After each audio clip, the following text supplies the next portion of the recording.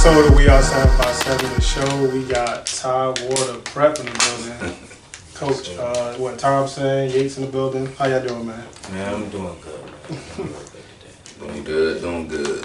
Okay. How Corona been treating y'all? I mean, I know y'all still been playing, so how did it slow y'all down in the beginning?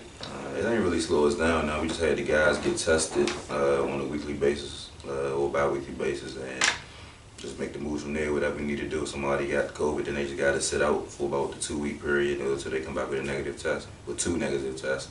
We only had 1 COVID issue this season. That was around the team, but it didn't happen around the team. So he stayed away for his 14 days and then came back.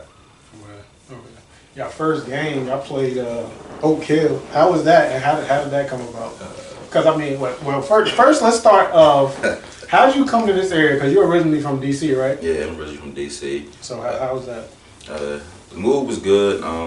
Starting Tidewater Prep came out of me just being in the kitchen with my fiance, and we was talking about what moves to make for this upcoming year. Where I was previously coaching at Capital Christian Academy in Maryland. We wasn't going to have a season, so I talked to the headmaster and was just like talking to him about what I was going to do, whatever. And he was like, well, you have to thought about starting your own school? I was like, yeah. So ran it past my fiance, and then we started talking, doing the behind the scenes work. Linked up with somebody else who's no longer with the program, the organization. Talked to Corey from Bryan and Stratton. He told me it was a good idea and just a need for it. So I jumped dead on it. So what made you take the move from DC first initially? Just because COVID happened, and then Okay. want to be around my fiance more, stuff like that. So starting the program allowed me to do it. Yeah. And what about your time? Your time at FC, how was that? And what made you go prep ultimately? Man, my time at FC, it was a bumpy start my first 2 years. Like, I just felt like I was out of rhythm.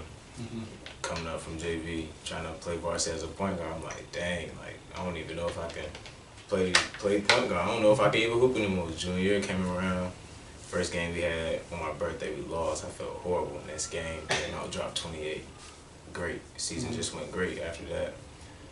Then senior year hit, we didn't make playoffs like I thought we were supposed to. Me being a senior, wanted to make playoffs, try to get the regionals, all that, but it just didn't happen. And I guess new doors opened up, and Chuck was right there, so I walked this up though. What AAU program did you play with, like during the summertime? Fly. Oh, okay. So what about like did you get any looks at anything, D3, D2? Not much. Not many coaches was talking to me. For real? Yeah. Dang. Seriously, not many at all. No. So that's what made you go prep? Yes, sir. Did you think about like JUCO as well? Yeah, I thought about a few JUCOs. My coach at First Colonial, he told me about a few JUCOs to look up. But prep, I was like, that's basically like another year, so more looks, get my education better. True. Do you know who Austin Keenan is? Yeah, I know Austin. I know Austin. Let him know who Austin is. I know Austin. Shout out Austin. Yeah. So what made you? How did you get in contact with Yates, or how did you get kids to believe in your program? Man, sheesh. So originally, after I talked to Coach Corey about starting the program, I went back to my resources, talked to Coach Trent, because I knew he was kind of big in the area, 757, with knowing about all the talented kids that was underclassmen or under-recruited, however you want to put it. So he gave me a list, and the first name that was on the list was Shamarr Yates. So from there, I talked to Shamarr, told him what we could do, that it was be a new program, but I'm not new to this. I have well connected, got a ton of connections. I've been doing this for like 12 years. Got every kid that played with me in the college on a scholarship. Just telling them that a post-grad year would be a good look for them in the schools and the levels that, as long as you come in and do these part, I can get them to the next level. True. How's it been looking for you? Great. I'm loving it. So what is post-grad? Because it's post-grad prep. Like, how does it actually work with high school and college? Do you lose a year in college? Nah, like, how does it work? So it's basically like, say for Shamarr, he just graduated class 2020.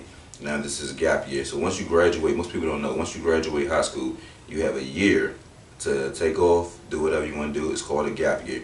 You choose to go prep. The NCAA doesn't really take any more credit recovery classes, so you can only really honor SAT. So that's pretty much what we do here. Offer SAT prep for the guys to get the SAT scores higher, whatever they need. So that's the only academics that we provide, and that's what we deal with. Other than that, we just hooping. Outside of that, in weight room and conditioning and stuff like that. How's travel for y'all? Like, or how's like booking your schedule and all of that stuff work? Getting the schedule was easy. I guess everybody thought it was a joke when we came out and I announced that we was opening up with OKL. So people probably thought it was going to be the B team until they really known that we was playing the main team, stuff like that. But before then, you know, putting the team together, you know, we didn't have the pieces that we have now. We played you guys in the little in the little men's league, you know, and that woke me up a little bit from week 1 after losing to you guys. Yeah, we watched. Yeah, we watched them first game. we watched them first game. I remember, Coach, let them shoot. They can't shoot. Oh my gosh. Oh my gosh. But no, that was a good time. So you know, honestly, I tell everybody from the behind the scenes aspect of it, from the basketball aspect of it, I don't think we would be where we at without you guys at Bound House, and that's honestly how I feel. So commending you guys, you know, representing you guys, you know, doing what we do. But no, that was good. That's what that was. What y'all lost? Those the only 2 games y'all lost. Yeah, okay, on y'all. It's always the first. We just talked about on the way here. It's always the first game. How many people come to y'all? Like came to the tryouts? So how many people like tried out and you had to cut? I mean, like we really had tryouts. So as you know, I mean, you've been around us to know that we changed teams right after we lost to y'all. Yeah. So I think we played 2 weeks, 1-2 games after that in the little men's league, and after that we just made a whole roster swap. Because I know what I was looking for, and I know that the guys that we had that came in wasn't going to fit. No disrespect to them, but they're not built for what we're trying to do. So. Are you going to stay in the area, or is it what? No, we here for the long haul. Actually, the recruitment class for next year is already pretty much filled up. Only got 3 spots left. So if you're watching, need some big wings in the big. Outside of that, we locked and loaded. And it's prep school. Is that like a 1-year thing? Yeah, it's a 1-year thing. Where, like I say, just get that 1-year gap year.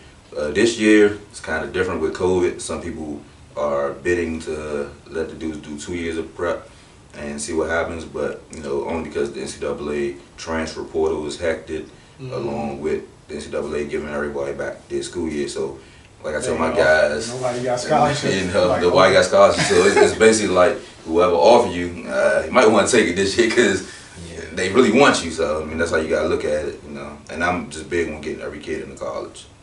So. True. So since you've been in DC, Maryland area, like how would you rate the basketball level if you had to? Like I honestly talk to my former team about this team on a regular basis from Capital Christian, and I think the start of the season, my Capital Christian team would have beat them by 40. And that's just taking me out of the equation. Just player to player would have beat them by 40, but now it's a 10-point swing. I mean, Yates feels some type of way, but I mean, you know, I just honestly I think I got dudes playing top level Division I basketball and high level D2 and overseas. So they was really about that work, and it was never an issue. Like these guys don't have any issues on the court. They don't argue, fuss, fight, none of that stuff.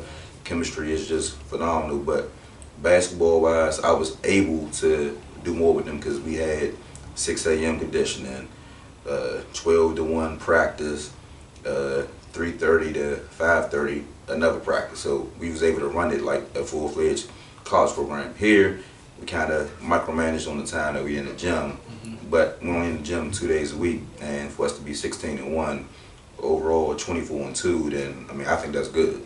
Yeah. So. You know, and that's with hit or miss guys coming from DC to practice, people being sick or got schoolwork to do, stuff like that. So true. So like you, Yates, coming out of the Beach District, or I mean, basically your senior year, you was top 3. Yeah. Arguably you was the top 3 guard, best guard in the area. How'd you feel about that? Like the guard play at the beach, playing at the beach. The guard play, boy. Shout out to J.A. He passed. That was a point mark. He's tough. That was a tough point guard to play against Kanye. Oh my gosh, that boy, he just a different breed. He coming off that screen, that left hand floater. It's just, bro, it's automatic. Like it's no comparing the both of them playing against those two. Down on hands, son, shoot the heck out the ball. Nah, I mean Shoot he got the that heck. growth spurt now. Yeah, It's yeah, crazy. 6'6", like yo, come, bro. Oh my goodness, what he did the first one, yeah, that's crazy. Elijah Kennedy too. He's a good wing, but I mean he a guard as well, but he get busy. I like him as well. But the best guard I probably say I played against, may he rest in peace, AJ. That's the best guard I probably played against in the beach in the whole 757 out of all the schools I played against. For real. Yeah, nah, it was tough. It was tough because he played both sides of the court. I mean, you a guard, you play both sides of the court. Like one of the few guards that played both sides of the court.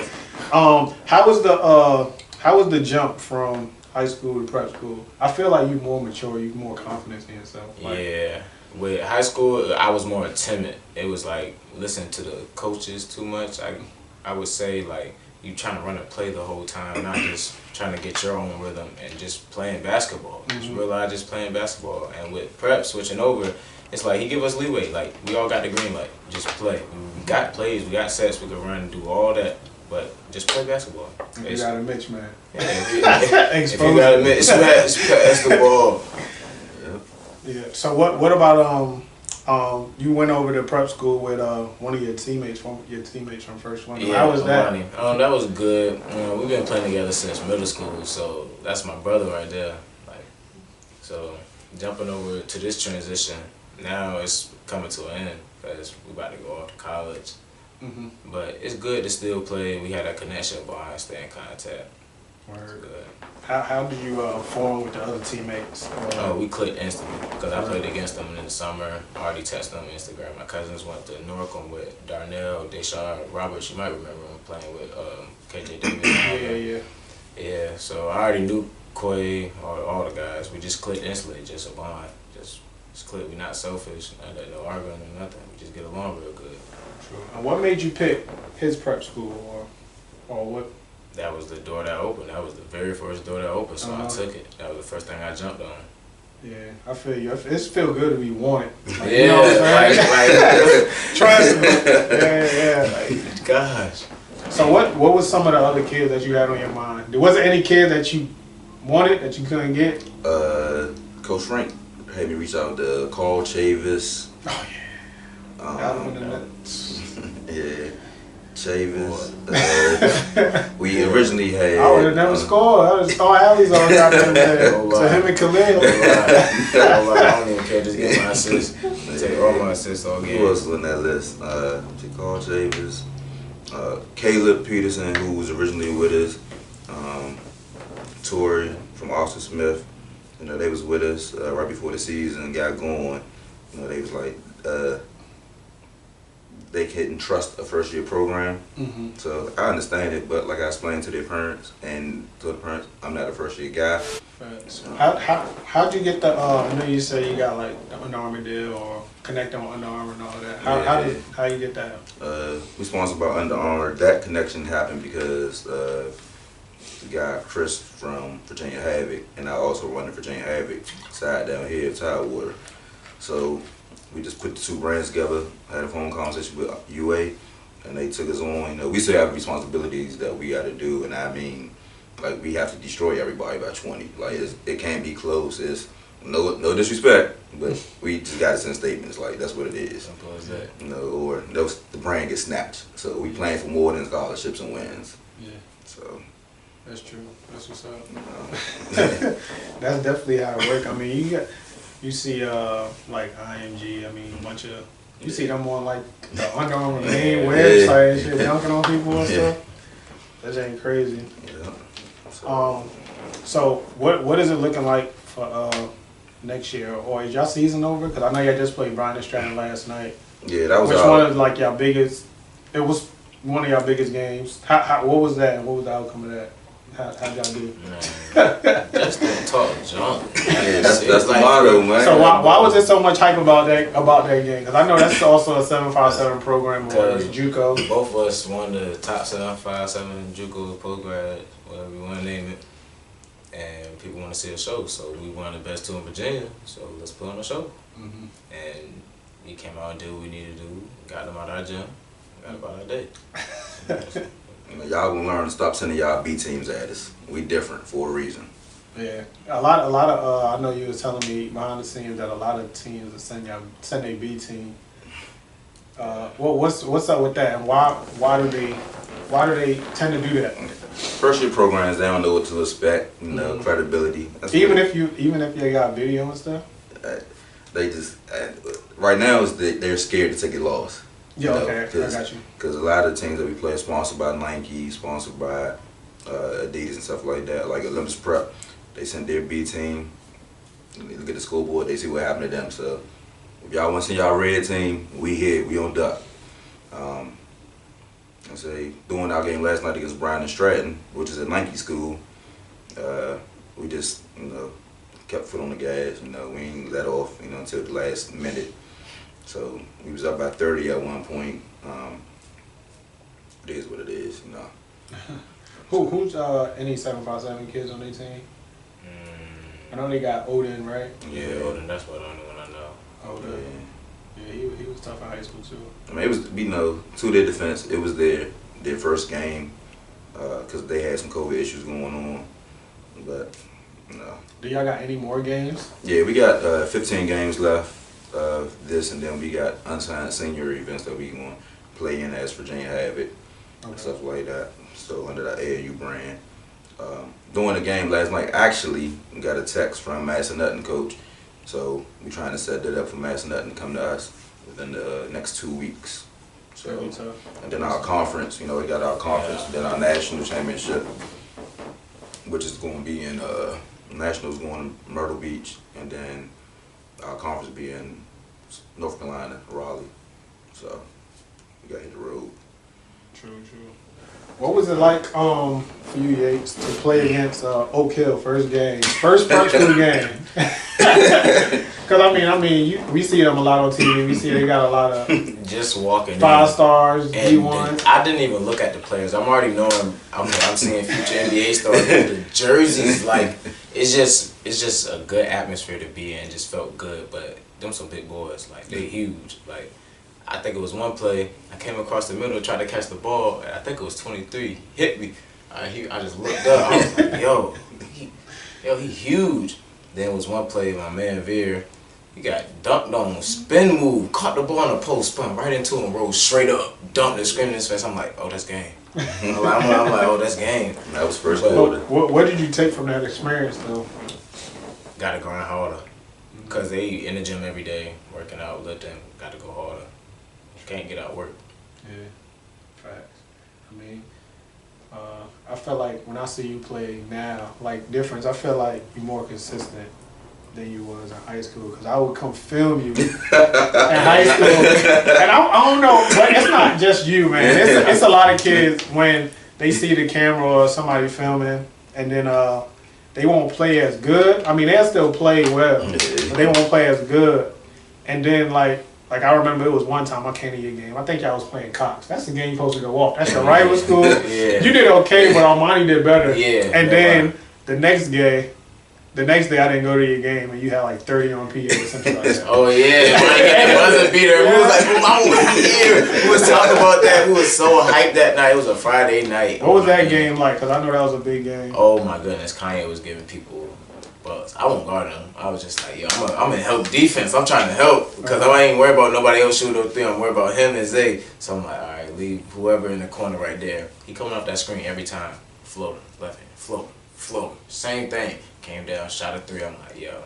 But it was just mid-range whole game. We was just clicking. With our big man Adrian that we also had now, everybody would just click us. They was just clicking in sync. Then it just came down to that wire, and Monty caught the ball in the right position. Mid-range, game.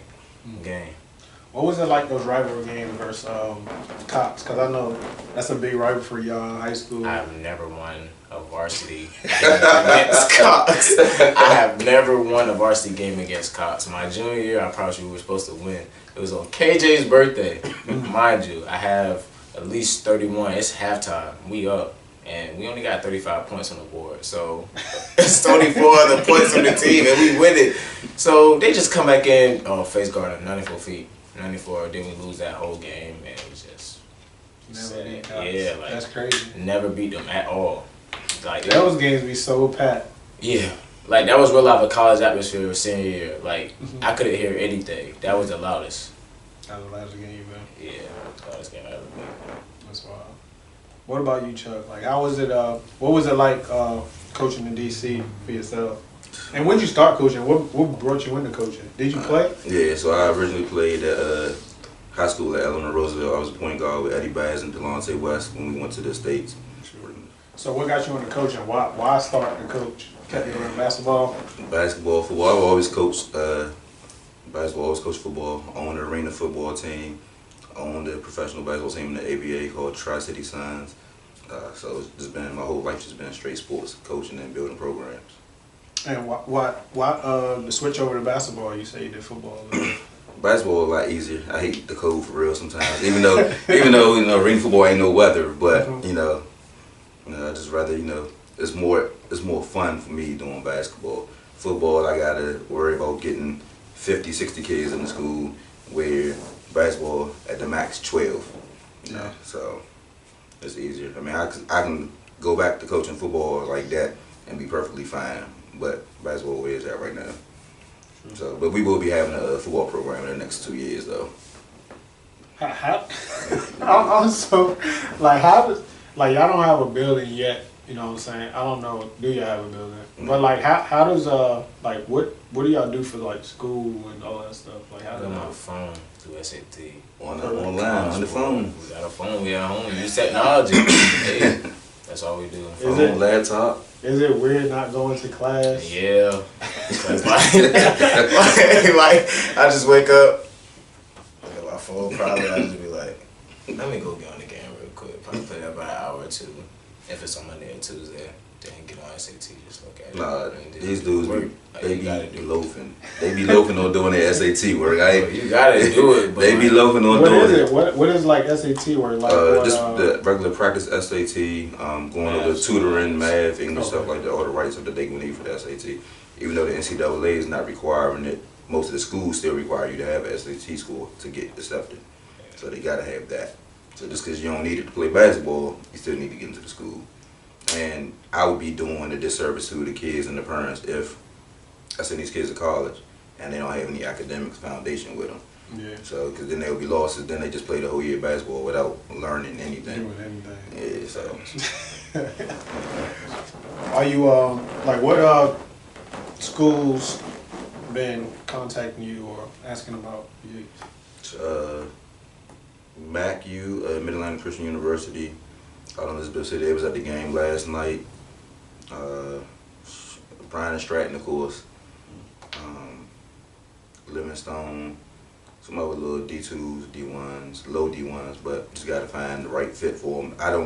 I'm not the coach that's just going to say, go here just so I can put on my resume that I got another kid in the school. It got to be the right fit for the kid and the family, because I hate for kids to transfer. So it just makes it like, not to say they're a bad kid, but they don't have no real loyalty and stuff like that. So I try to let the guys focus on that. I feel like a lot of kids transfer now, all the time. Yeah, so they're not happy with the coach or not happy with something, they want to transfer. But people gotta understand, you're not always gonna be happy with your coach. You're not gonna be happy with your teammates. But it's called adversity, it's life. You're not gonna be happy with something every day. You're not gonna be happy with your girlfriend. You're not gonna be happy with your wife, your kid. You got it's adversity. Something gonna happen, but you gotta deal with it. So.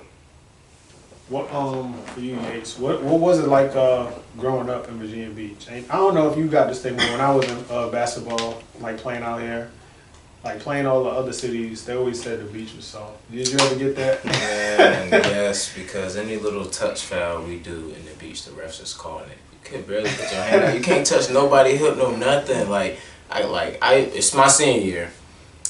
I think I picked up 3 fouls almost every game in the first half and had to sit down just for little touch fouls. I'm barely touching anybody and they're just blowing it. So yeah, I say we ain't soft. Like, don't get it twisted. Like, we not soft. Especially not neighborhoods and first Yeah, floor. like, Trust no, me, I've been out there. no, man, we ain't soft for that. But man, like with sports wise, I don't see why other cities or states try to talk junk like we suck or something. Like, cause Like, I still get it. We played in an adult league. We played against a Western Branch team. I think they was called like something like that, Bruins.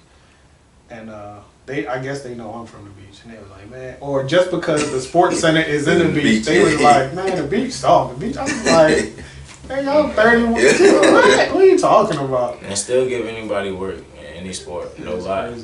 Well, so what made you? Did you play any other sports growing up?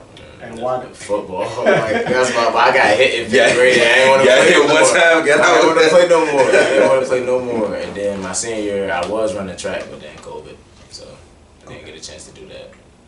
So what made you stick with basketball? What was that moment when people was like, you nice in this, you could actually do something with this? In my junior year, because I was averaging like 30 back to back, so yeah, my junior year. What was what was the first write up on you? Do you remember? Yeah, it was Coach Frank. That article right after the Cox game, I had 38 that night. Coach Bush was like, "Man, you know in the span of this game, you didn't drop like 100 points." I'm like, "Oh." It was over that Christmas break with the Atlantic Shores tournament and at Cox, and we played Hickory and we played Atlantic Shores. I had 30 on Atlantic Shores. I had 31 on Hickory, and I had 30. I want to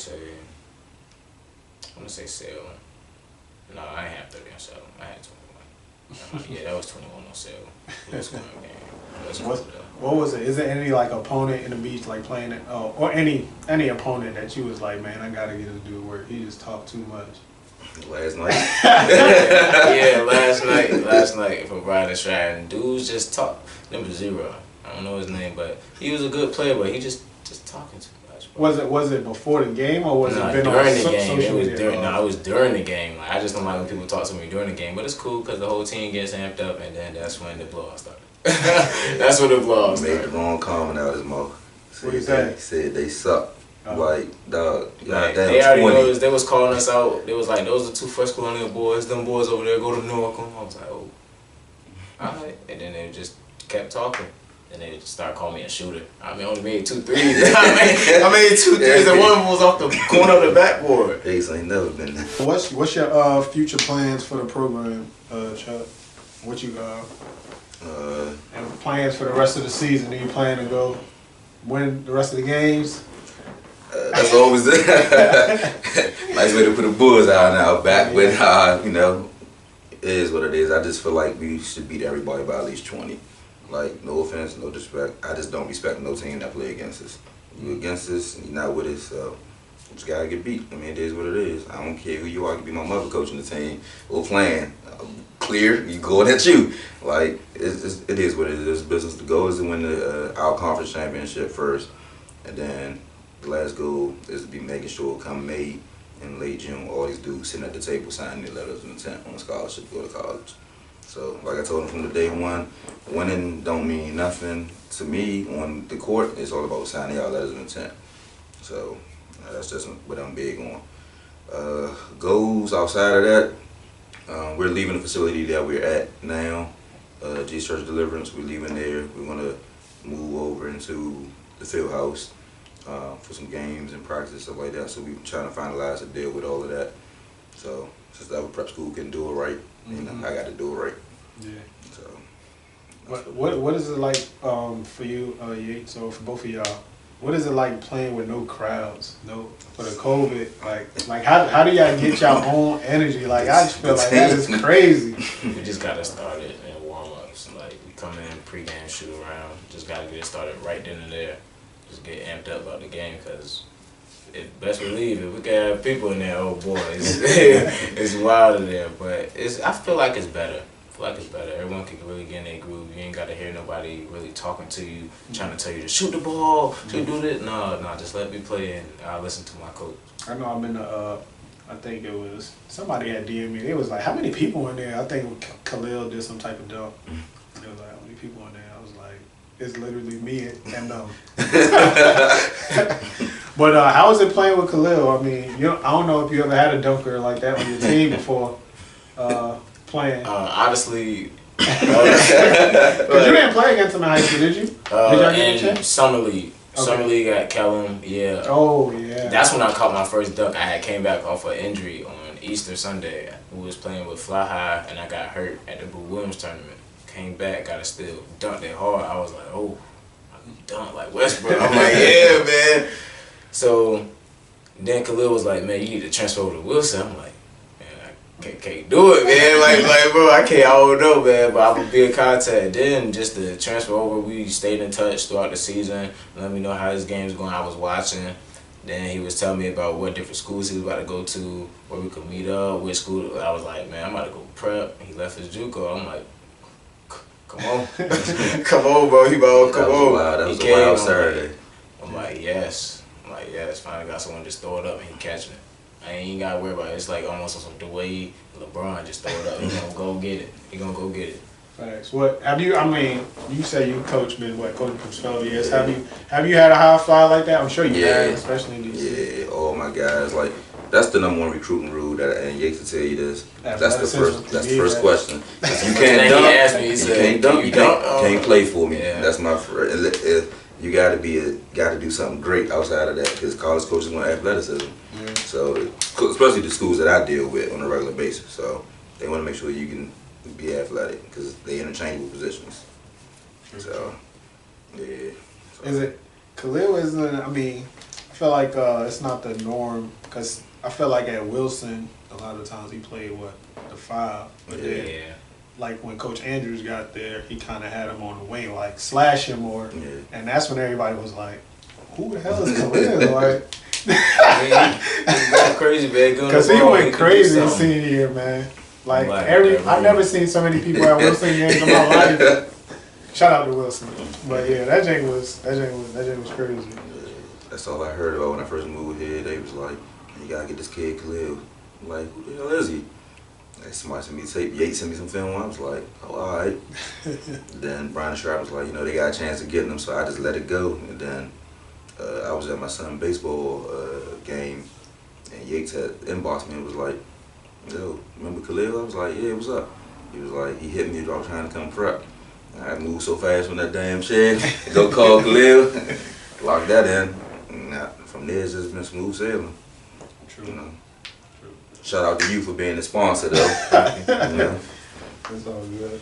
But I mean, I don't know. I like Khalil. Khalil cool. He was straight. So what is I know you also talked about getting a high school program. I know you talked about a football program. How is all that? How does all that work? And just getting high school because we don't know what will happen again this year with COVID. But I don't want to.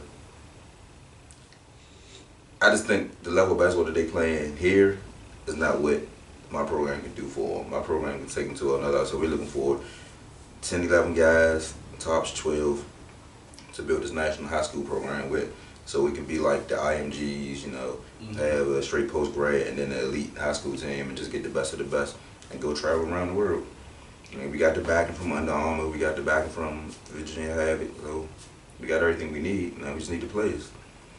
And I know earlier we was talking about, being a first year program, I don't know, it was another prep school in this area that I guess they not doing it anymore. Yeah. I know y'all got Darnell from them. Yeah. How do you sustain?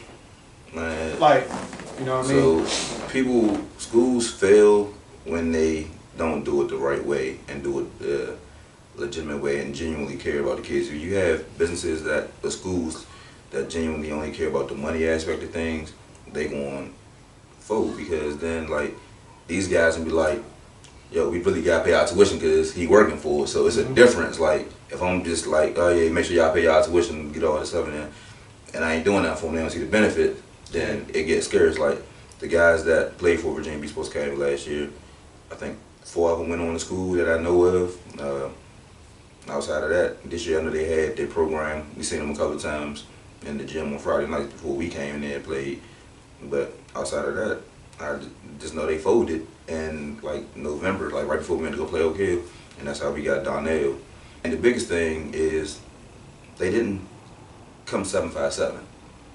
They went and got talent from all over instead of you got enough homegrown based talent here where you can have and build a successful team. You just got to do it the right way. Yeah. So that was it. I mean, like I told you, I could have brung in 10 guys from DC and had Yates and Marnie and been fine. But first year I wanted to get the local guys so everybody could show that all these guys were under recruited, never recruited, however you want to put it, and now they all success stories. So we still got more business to take care of. Have you talked to any of the other coaches, mingle with any of the coaches around here, like high school, AAU, like anything? Outside of Fly High, no, not really. I haven't had the opportunity. Yeah. Nobody can play. Yeah. So outside of that, it is what it is. I'm not tripping. Our phone lines open always. DM open. You interested? Hit us up. I'm sure when Yates, Monty, all these kids, sign over, I'm sure you're gonna get a lot of more calls. Yeah. Cause I feel like it's a lot of talent out here that go unseen or Definitely. don't get the exposure.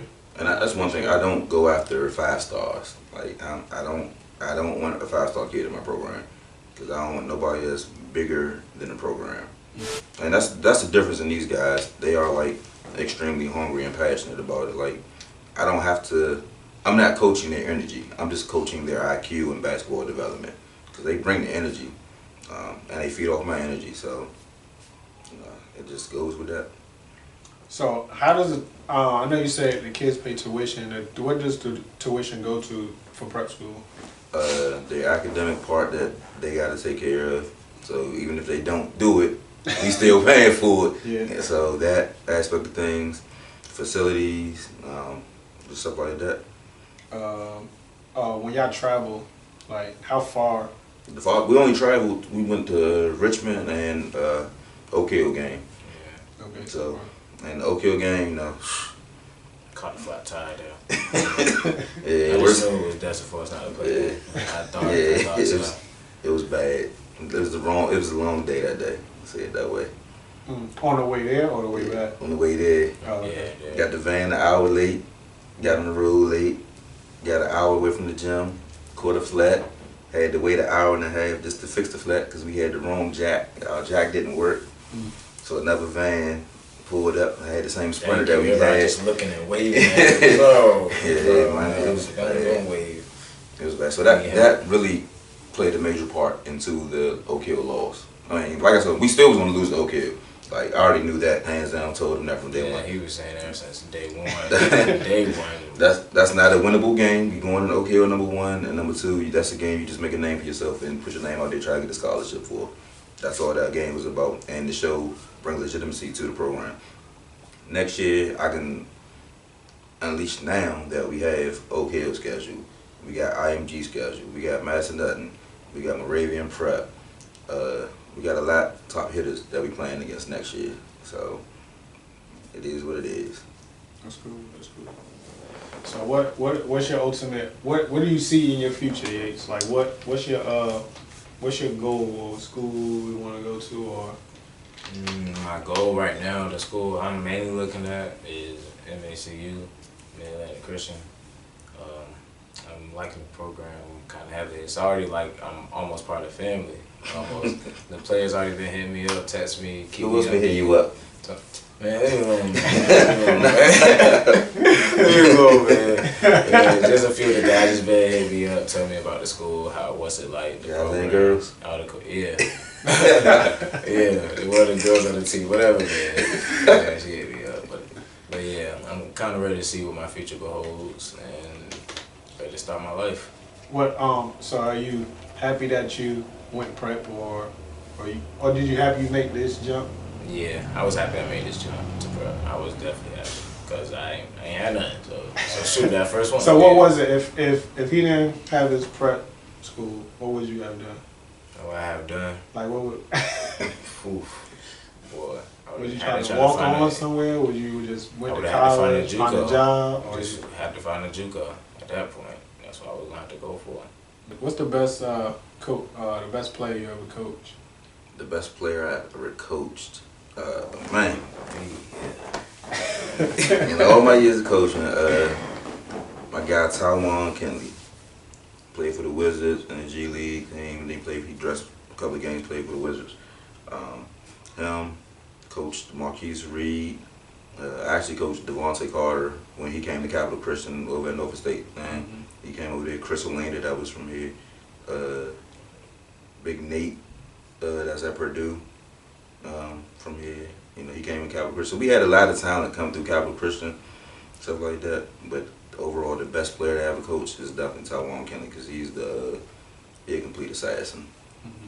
So like, you know, he's different for sure.